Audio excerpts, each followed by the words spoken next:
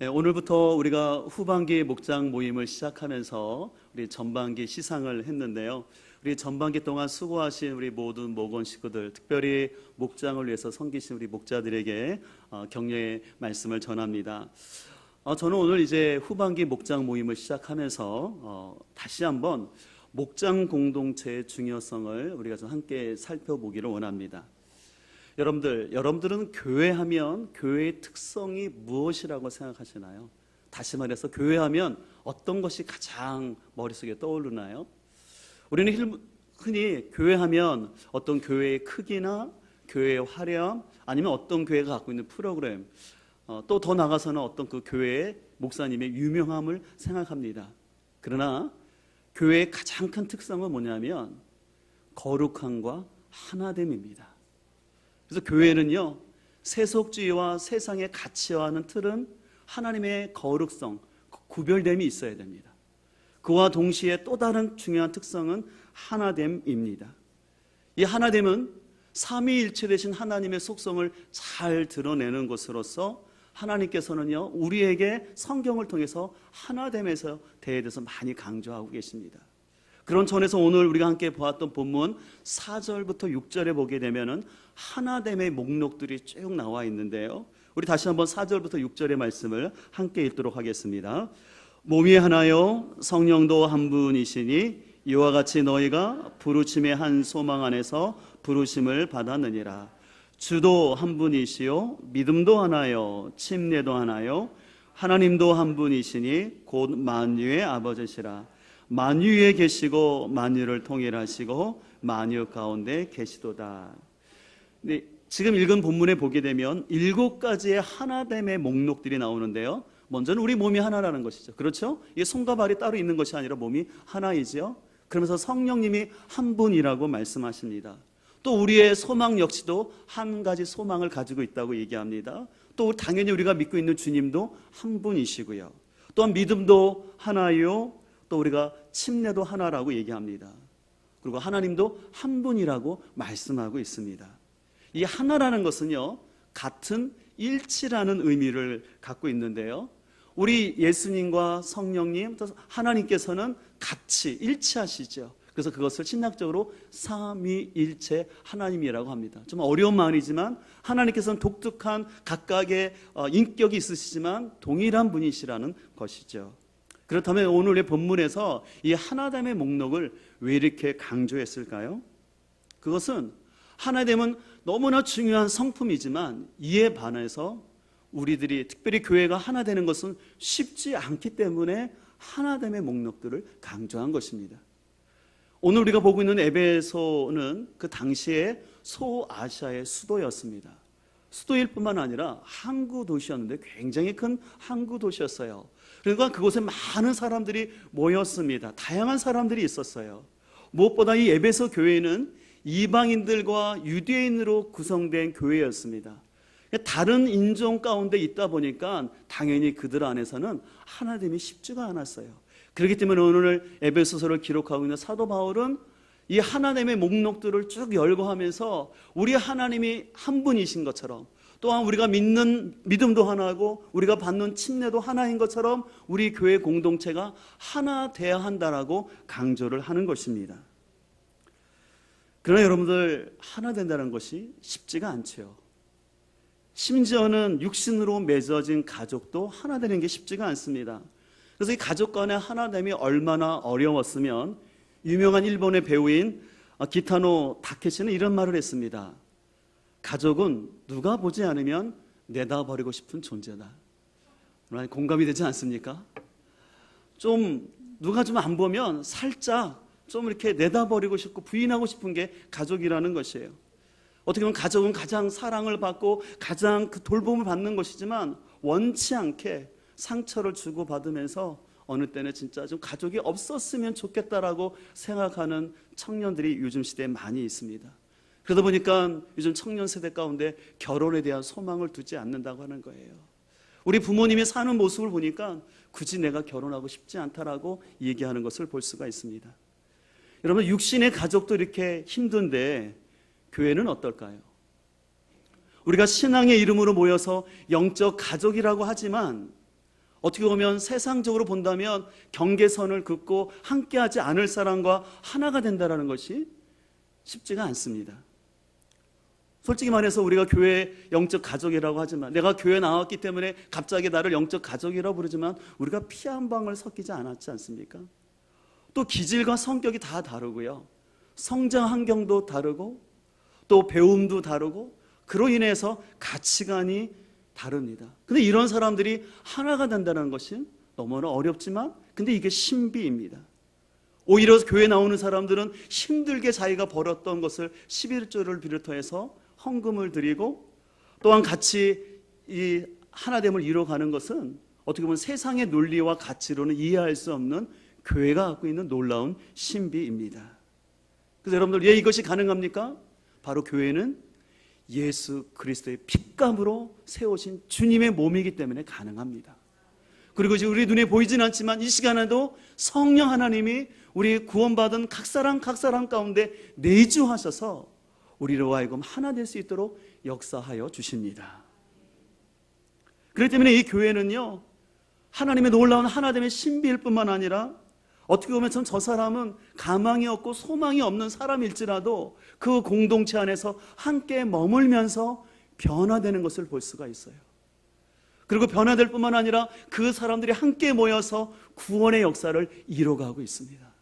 그렇기 때문에 우리는 이 교회의 가치로 인해서 비록 하나됨이 어려울지라도 우리는 이 하나됨의 가치를 귀히 여기고 우리는 성숙함으로 나가야 할 줄 믿습니다. 그렇다면 우리가 어떻게 하나된 공동체를 이룰 수 있을까요? 우리는 당연히 하나 되어야 된다라고 당위성만 갖고는 안 됩니다.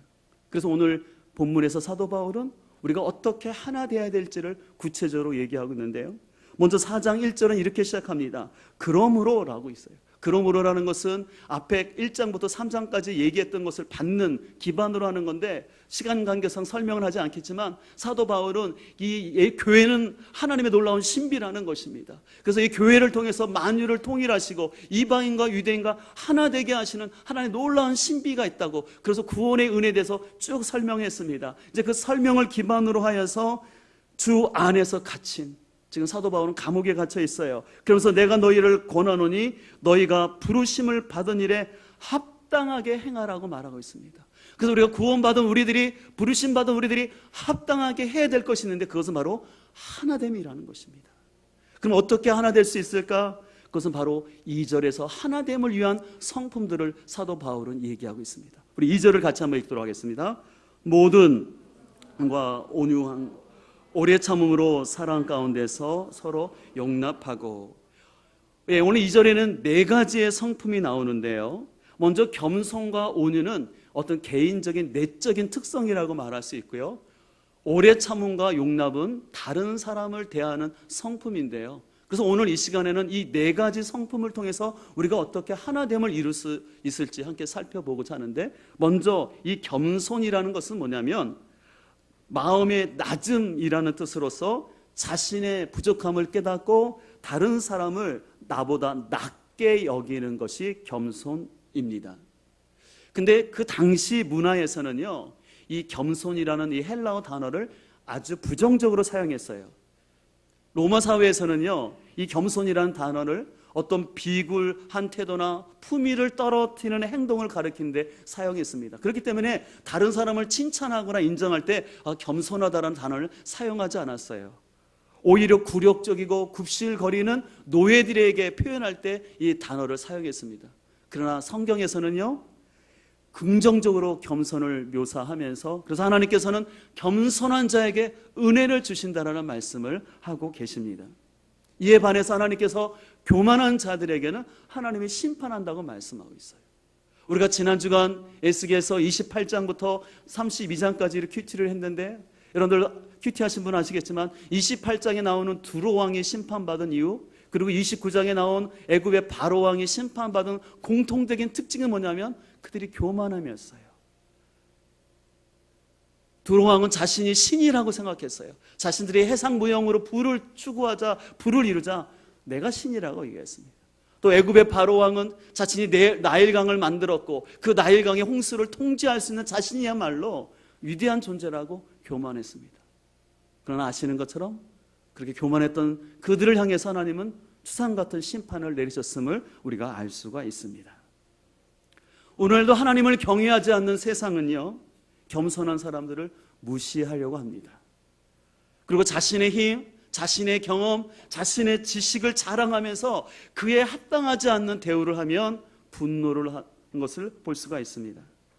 그러나 하나님께서는 이런 세상의 가치를 따르지 말고 너희는 계속해서 하나님이 가르쳐 주신 그 겸손의 성품으로 나아가라고 우리에게 말씀하고 있습니다.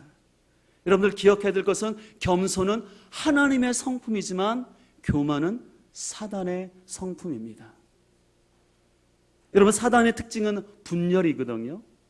그럼 여러분 왜 분열이 일어나는지 아세요? 그건 교만하기 때문에 그러는 거예요. 내가 좀 더 배웠다고, 내가 좀 더 가졌다고, 내가 좀 더 도덕적이라는 이유로 하여금 우리로 하여금 교만하게 하는 것이 얼마나 많은지 모릅니다. 그런데요, 이 좀 더라는 것은 얼마나 상대적이고 종이 한 장 차이인지 몰라요. 우리는 모든 사람과 많은 사람과 관계를 하지만요, 사람은 내가 만나는 사람에 따라 굉장히 교만할 수도 있고 또 어떤 사람 앞에서는 머리를 숙이는 것을 볼 수가 있어요.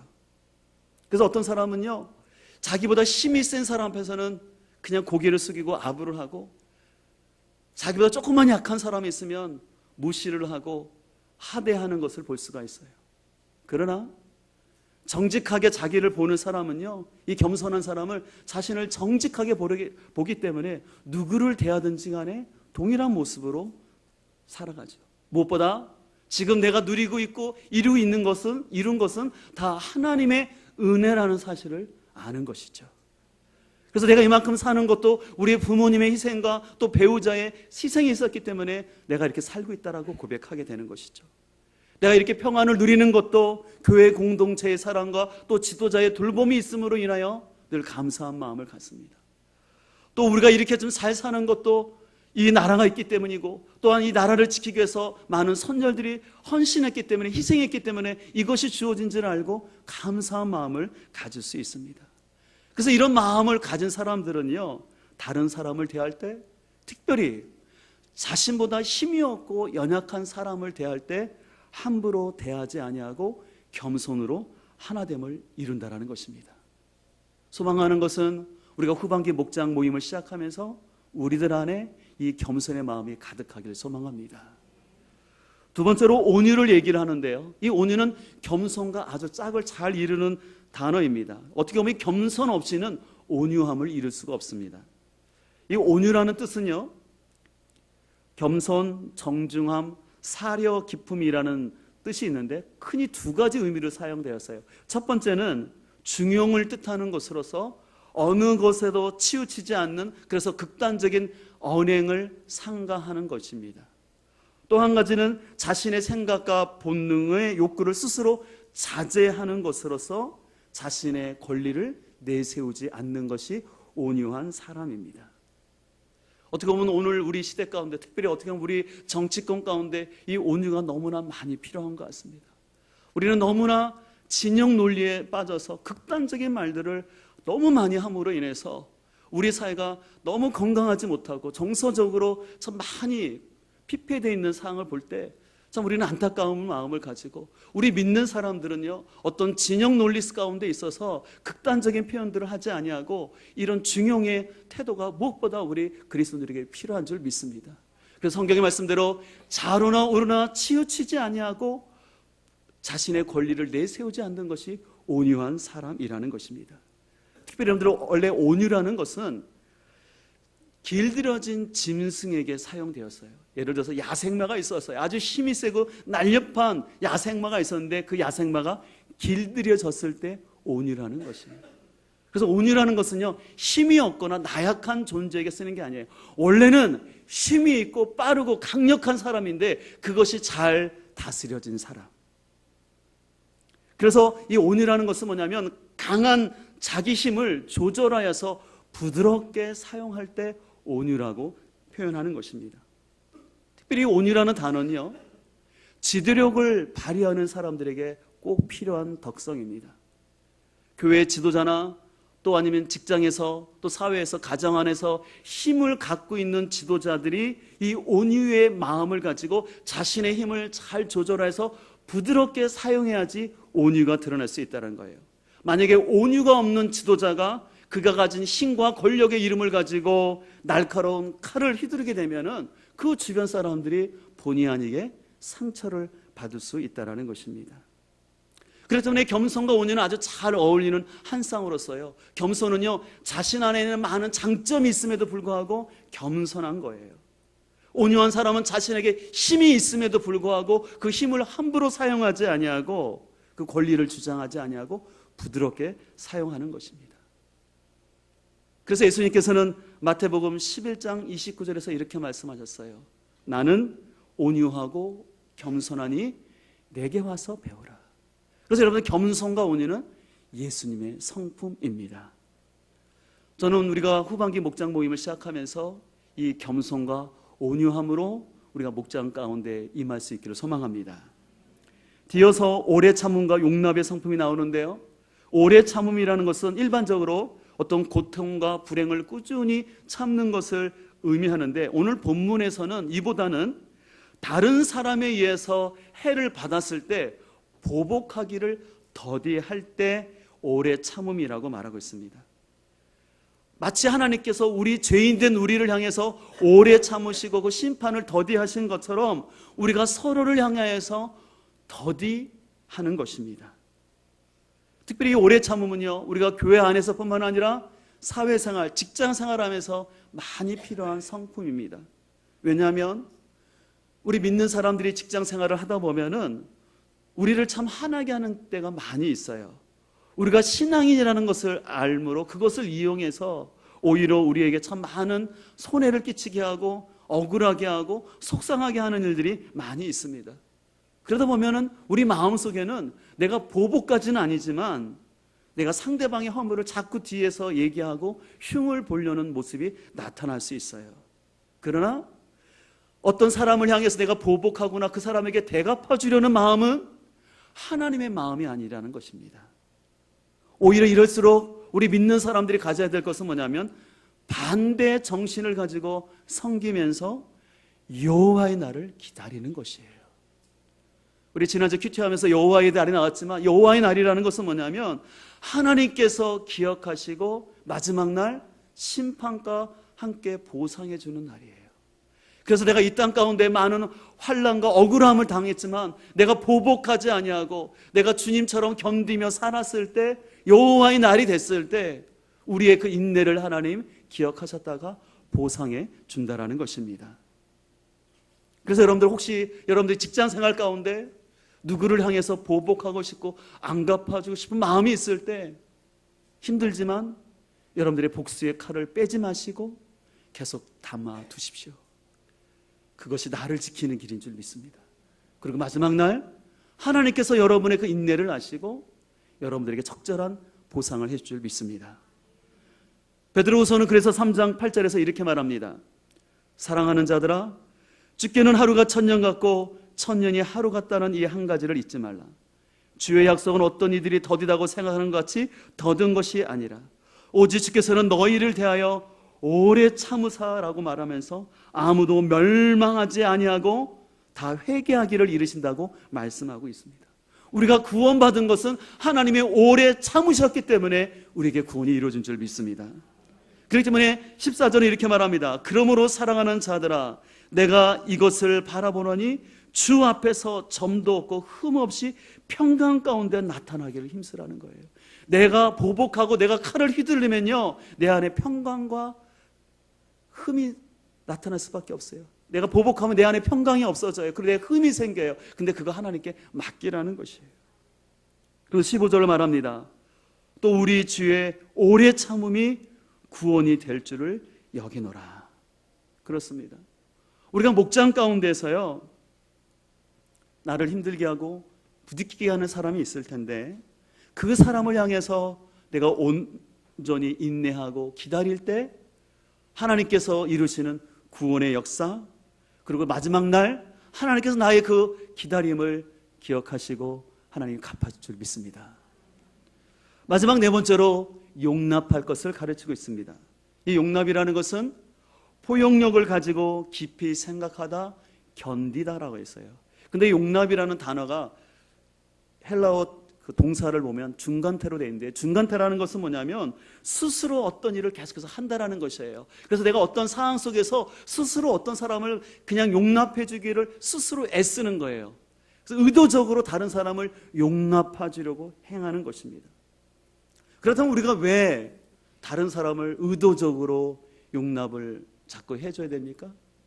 그 이유는 바로 우리 모두가 미성숙하고 연약하기 때문에 그렇습니다. 우리가 완벽하다면, 내가 예수님을 믿는 그 순간 완전해진다면 하나님께서 이런 말씀을 하실 필요가 없지요. 여러분들 늘 기억하십시오. 늘 강조하는 거지만 교회란 의롭다 칭함받는 죄인들의 모임이에요. 신분상으로는 예수님 때문에 의롭다 칭함받아서 더 이상 죄인이 아니라 의인이라 칭해 주시지만, 그러나 우리의 속성 안에는 여전히 죄의 섭성이 남아 있습니다. 그래서 그 죄성으로 인하여서 내 자신만이 힘들 뿐만 아니라 여러 사람에게 불편함과 고통을 주는 게 사실입니다. 그래서 요한 사도는 요한 1서 2장 14절에서 이렇게 말합니다.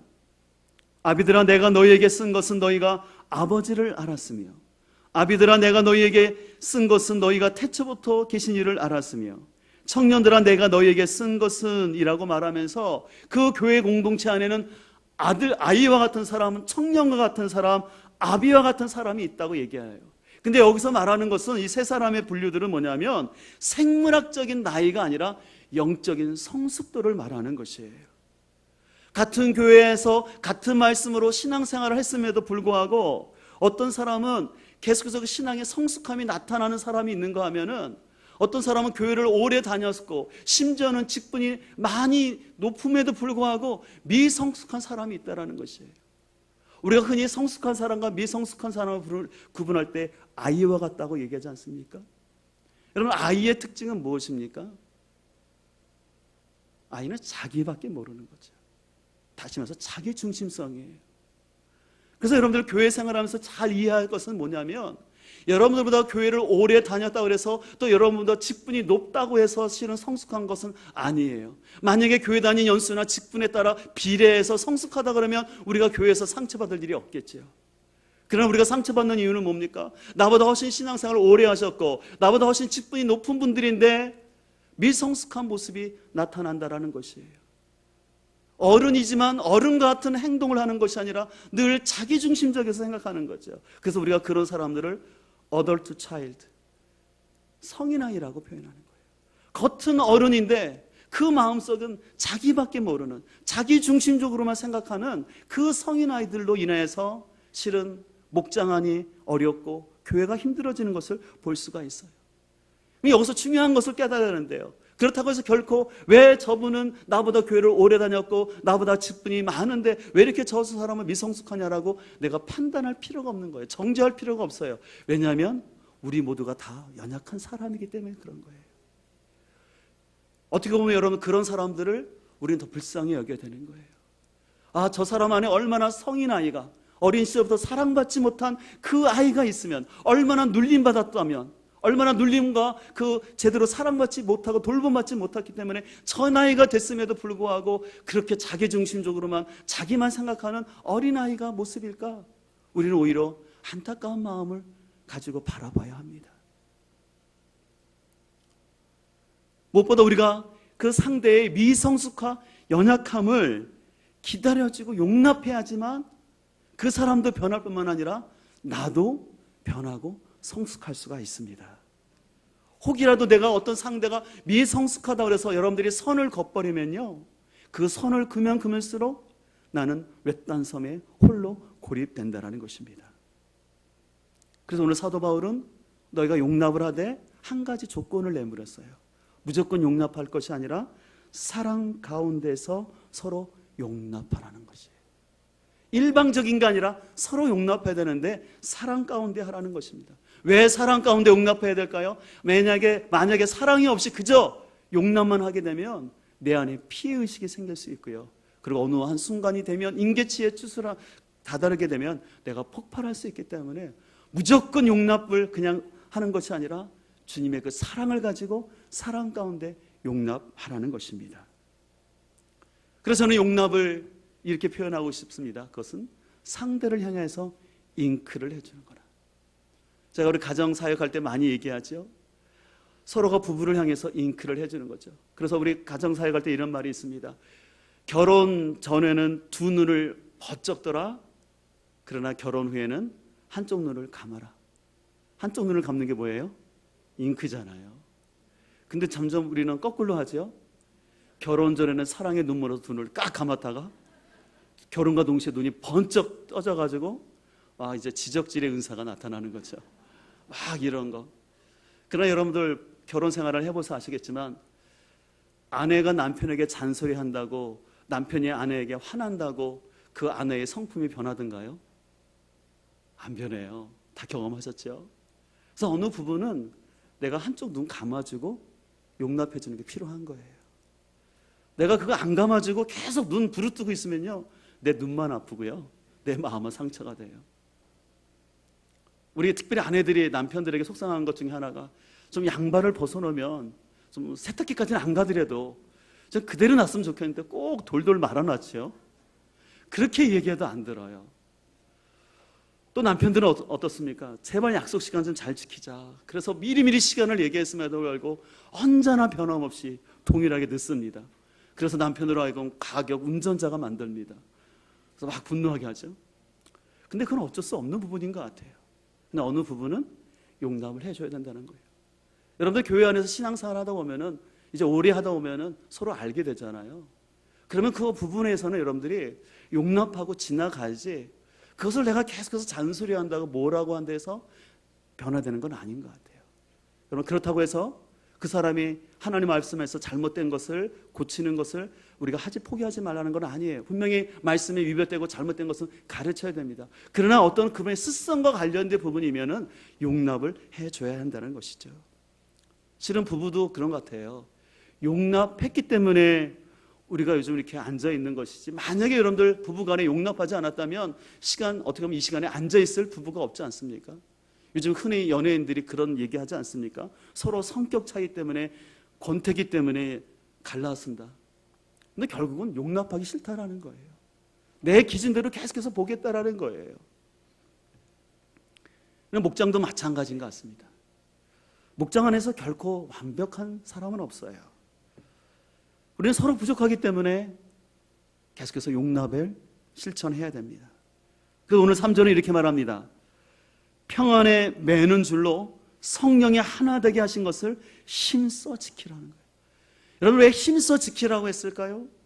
이것은 노력하지 않으면, 내가 방심하면 자꾸 교회가 평안하는 것이 아니라 교회가 자꾸 흔들리는 일이 발생할 수 있다는 거예요. 그래서 힘써 하나됨을 지키라고 노력하는 거예요. 그래서 목장 안에 흔들 일이 있을 것 같으면 평안에 매는 줄로 묶으라는 것이에요. 가정 안에서 흔들 일이 있다면 그냥 그 흔들린 틈을 그냥 놔두지 마시고 평안에 매는 줄로 그것이 하나가 될 수 있도록 누군가는 깨워서 기도하고 평안에 매는 줄로 자꾸 묶어야 할 줄 믿습니다. 그런 사람이 있으면 그 공동체와 가정은 안전해지는 것이죠. 그러나 자꾸 평안에 매는 줄로 힘쓰기보다는 자신의 고집과 생각과 감정대로만 자꾸 나가려고 그러면 그 공동체의 하나됨은 이루어지기가 어렵습니다. 여러분들, 사단이 제일 많이 공격하고 역사하는 곳은 어떤 곳일까요? 우리는 흔히 어두움이 가득한 곳, 또 어떤 술집, 그런 데 사단이 많이 역사할 거라고 생각하는데, 한편으로는 교회 가운데 역사 많이 해요. 왜냐하면 교회가 너무나 귀하기 때문에. 교회는 예수 그리스도의 복음을 증거하고 그 교회 안에서 이방인과 유대인이 하나가 되어서 연합하여서 하나를 이루는 너무나 귀한 공동체이기 때문에 사단은 언제든지 교회의 틈만 보이면 공격하려고 하고 있습니다. 특별히 상처가 많거나 또 피해의식이 있는 그 사람들 마음을 통해서 교회를 흔들려고 많은 시도를 할 수 있어요. 또 목장도 마찬가지예요. 목장 안에서 연약한 지체들을 통해서 그 목장을 흔들려는 일들을 많이 할 수 있습니다.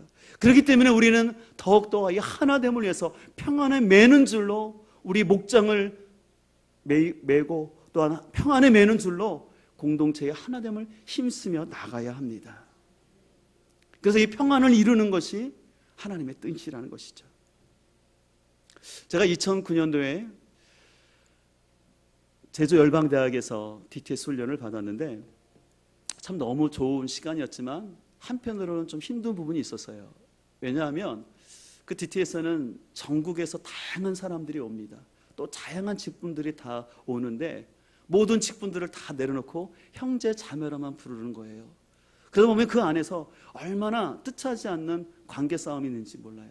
그래서 어떤 텀에는 너무 이렇게 평범하고 순한 분들이 와서 순적하게 가는 틈이 있는가 하면 어떤 팀에는요 진짜 힘들고 어려운 사람들이 들어옴으로 인해서 그 팀들이 너무 힘들고 그래서 전도여행 가서 팀이 깨지고 그래서 그 사람들이 들어온 다음에 본부에다가 항의 전화를 하고 그런 일이 종종 있을 수 있어요. 여러분 그런 의미에서요 우리 교회에서 자체적으로 예수 제자 학교를 하는데 이게 얼마나 안전하고 좋은지 몰라요. 이 교회 공동체 안에서 하기 때문에 그런 관계 싸움이나 어떤 그런 질서로 인해서 흔들릴 필요는 없어요. 저 같은 경우도 저희 함께 하는 중에 좀 힘든 지체들이 있었거든요. 근데 이제 전도 여행을 나가야 되는데 어떤 형제가 있었는데 그 형제는 너무 이렇게 학교 안에서 좀 힘들게 하던 친구였어요. 그래서 전도팀을 뽑을 때 마음속 기도했어요. 하나님, 저 형제가 좀 우리 조 안 됐으면 좋겠습니다. 그렇게 기도했어요. 여러분 하나님 어떻게 하신지 아세요? 꼭 그 사람을 저희 팀에 보내주시더라고요. 참 하나님 왜 그러신지 모르겠어요. 그래서 형제가 같이 들어왔죠. 아니나 다를까 진짜 그 형제가 더 속으로 가니까 더 자기의 그 본능적인 욕구를 다 드러내는 거예요. 그래서 해외 아울리치 기간은 그나마 좀 괜찮았는데 이제 국내에 와서 저희가 제주 서부 쪽을 전도해야 되는데 너무 그 형제가 팀을 어렵게 하는 거예요. 그래서 하루 쉬는 날이 있어서 저희 가족과 좀 따로 나와서 제가 아내에게 그런 얘기를 했어요. 우리는 안식년으로 왔는데 그리고 이 귀한 시간과 귀한 물질을 들여서 이렇게 왔는데 저 형제 때문에 우리가 이렇게 상처받고 우리 팀이 흔들리는데 이거를 그냥 어떻게 해야 되겠냐고, 우리가 그지 이렇게 해야 될 필요가 있겠냐고. 근데 그때 하나님께서 저에게 다시 저를 붙잡아 주시는 것이 있었는데 그것은 말씀이었어요. 제가 그 DTS 훈련을 받으러 갈 때 저에게 주신 축복의 말씀이 있었는데 그 말씀 바로 이사야 26장 3절의 말씀이었습니다. 주께서 심지가 견고한 자를 평강하도록 지켜시리니 이는 그가 주를 신뢰합니다. 실은 원래 제가 이 축복의 말씀을 들었을 때 저는 좀 이렇게 마음에 안 들었어요. 왜냐하면 제가 어떤 앞으로 진로에 대한 그런 계획이 있었기 때문에 하나님께서 어떤 저의 진로에 대한 그런 분명한 말씀으로 함께 하시기를 좀 소망했는데 그와 전혀 상관없이 이 말씀을 주셨기 때문에 왜 이 말씀을 주셨을까 생각했는데 제가 그 훈련 6개월 동안 훈련을 받으면서 이 말씀이 얼마나 하나님께서 저를 붙잡아 주시고 이 말씀으로 제가 이 학교를 풍성하게 마치겠는지 모르겠어요. 그래서 하나님께서 계속해서 제 마음을 붙잡아 주시고 그래서 너희 심지를 굳게 해야 되는데 계속해서 주님을 바라보라고, 주를 의뢰하라고. 그래서 제가 그 말씀을 통해서 그 학교를 잘 마치고 너무나 풍성한 은혜를 경험하게 되었습니다. 여러분들, 우리가 목장이나 또 사람과의 관계를 할 때요, 어떤 하나님의 사인이 없다면 여러분들이 섣불리 결정을 하시면 안 됩니다. 특별히 어떤 사람과 관계를 정리하거나 어떤 새로운 시도를 할 때 꼭 기억해야 될 것은 여러분의 감정이 흔들리는 가운데서 분노하거나 속상한 가운데서 어떤 사람에 대한 관계를 정리하시면 결코 하나님의 영광이 되지 못해요. 여러분의 삶 속에서도 마찬가지예요. 직장에서도 마찬가지입니다. 여러분이 직장에서 혹시 억울하고 속상한 일을 당했다고 해서 여러분 감정적으로 대응을 하고 하면은 오히려 그것이 좋은 효과를 못 낼 수 있어요. 힘들지만 하나님의 말씀을 붙잡고 하나님께서 여러분의 마음을 붙잡아 주셔서 평강 주실 때 여러분들이 결정하며 나아갈 수 있기를 소망합니다. 제가 그 훈련들을 겪으면서 한 가지 깨달은 것이 있는데요, 하나님께서는 다른 사람의 변화보다도 나의 반응을 보기를 원하신다는 거예요. 때로는 나를 힘들게 하고 팀을 힘들게 하는 그 사람을 향해서 내가 어떻게 반응하느냐, 그래서 제 안에 하나님의 성품이 이루어지는데 하나님은 거기에 관심을 갖는다는 것이에요. 그 상대방에 대해서는요, 하나님이 평가하시고 하나님이 책임지실 거예요. 중요한 것은 나를 힘들게 하고 좀 상식적이지도 않고 무례하게 행하는 그 사람에 대해서 내가 하나님의 성품으로 대응하고 있느냐. 어떻게 보면 그것이 구원의 열매라는 것이에요. 그래서 저는 이 성품이 상급이라고 생각합니다. 우리는 하나님 앞에 상급받을 때 이렇게 생각해요. 내가 교회를 세우고 성도를 많이 전도하고 내가 어떤 큰 일을 한 것이 상급이라고 하는데, 예, 그것이 상급일 수 있어요. 그러나 한편으로서는 내가 예수님 믿은 다음에 내 안에 하나님의 성품이 있느냐라는 것이에요. 그래서 우리는 구원받은 다음에 하나님의 전적인 은혜로 구원받은 다음에 우리에게 필요한 것은 뭐냐면 나의 옛자를 날마다 십자가에 못 박을 뿐만 아니라 내 안에 하나님의 성품으로 무장되는 것입니다. 근데 그 하나님의 성품으로 무장되기 위해서는 나 홀로 기도한다고 결코 되는 게 아니에요. 나 혼자 성경을 1독, 10독, 100독 한다고 되는 것이 아니라 관계 안에서 만들어지기 때문에 하나님이 우리에게 공동체를 허락해 주신 거예요. 그래서 여러분들, 여러분에게 허락하신 목장은요, 하나님이 나를 변화시키고 나를 성숙시키고 구원의 열매와 상급을 주시기 위한 하나님의 축복임을 기억해 주길 소망합니다. 제가 오늘 칼럼에도 썼듯이 청어를 살게 하는 것은 긴장이라고 말씀을 드렸어요. 때로는요, 우리가 목장 안에 있다 보면은 참 좀 이 사람만 없으면 우리 목장이 평안하고 잘 될 것 같다는 느낌이 들 수도 있거든요. 근데 여러분, 그렇게 되면요, 변화가 없어요. 때로는 목장 안에 좀 매기 같은 사람이 있어서 막 스릴러가 일어나요. 막 긴장감이 발생하기도 하고요. 근데 그 사람 때문에 그 목장이 기도하게 되고요, 그 목장이 더 하나님 앞에 무릎 꿇게 되고 내 허물을 보게 되고 주님 안에서 변하게 되는 줄 믿습니다. 여러분들, 목장은요, 완벽하고 이상적인 사람들이 모여서 이루어지는 것이 아니라 허물과 죄가 많은 우리 각 사람들이 모여서 예수 그리스도 안에서 주님을 닮아가는 그 과정을 통해서 우리가 아름다운 목장을 이루는 줄 믿습니다. 여러분, 후반기 목장 모임을 시작하면서 비록 부족하고 연약함이 있을지라도 여러분, 성령님의 평안에 매는 줄로 힘쓰면서 우리가 겸손과 온유, 인내함과 용납함으로 나갈 수 있는 우리 모두가 될 수 있기를 간절히 소망합니다. 이 시간의 말씀을 기억하면서 우리 함께 좀 찬양하기를 원하는데요, 찬송가 220장입니다. 사랑하는 주님 앞에 형제자매 한자리에 크신 은혜 생각하며 즐거운 찬송 부르네. 오늘 말씀을 기억하면서 하나님, 한 목장으로 또 한 교회로 묶어주신 우리 지체들을 주님의 눈으로 바라보게 해주시고 함께 사랑하면서 그리스도의 형상을 이루게 하여 주옵소서. 오늘 말씀을 기억하면서 기도하는 마음을 가지고 함께 찬양하도록 하겠습니다.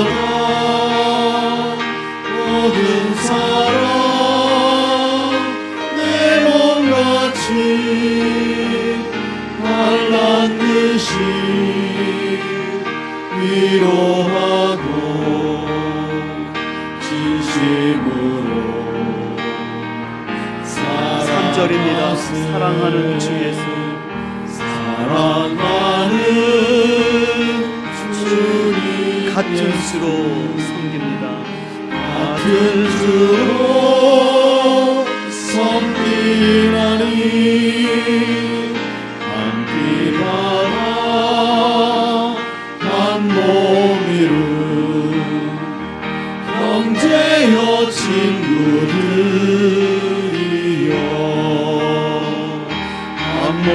같이 친밀하고 마음으로 하나 되어 우리 주님 크신 뜻을 지성으로 순행하세. 이제 우리 기도하며 나갈 때 오늘 사도 바울은 너희가 부르심에 받은 일에 합당하게 행하기를 원하면서 합당한 삶을 위해서 우리에게 모든 겸손과 온유, 오래 참음과 용납할 것을 말씀하고 있습니다. 하나님, 내가 목장 모임에 참여할 때 이 하나님의 성품으로 목장에 참여케 하여 주옵소서. 내 기준으로 판단하고 정죄하지 않게 해주시고 내 안에 하나님의 성품이 이루어지길 소망합니다. 때로 나를 힘들게 하고 부딪히게 하는 사람 앞에서 내가 어떻게 하나님의 성품으로 반응할지 알게 하여 주시옵소서. 특별히 우리 공동체를 평안에 매는 줄로 성령이 하나 되게 하여 주셔서 더욱더 하나됨을 이루는 공동체가 되게 해주시고, 그래서 주님이 하나인 것처럼 우리도 하나가 되어서 이 세상 가운데 하나님의 영광을 드러나는 교회 되게 하여 주시옵소서. 이 시간 말씀을 기억하며 함께 기도하며 나가도록 하겠습니다.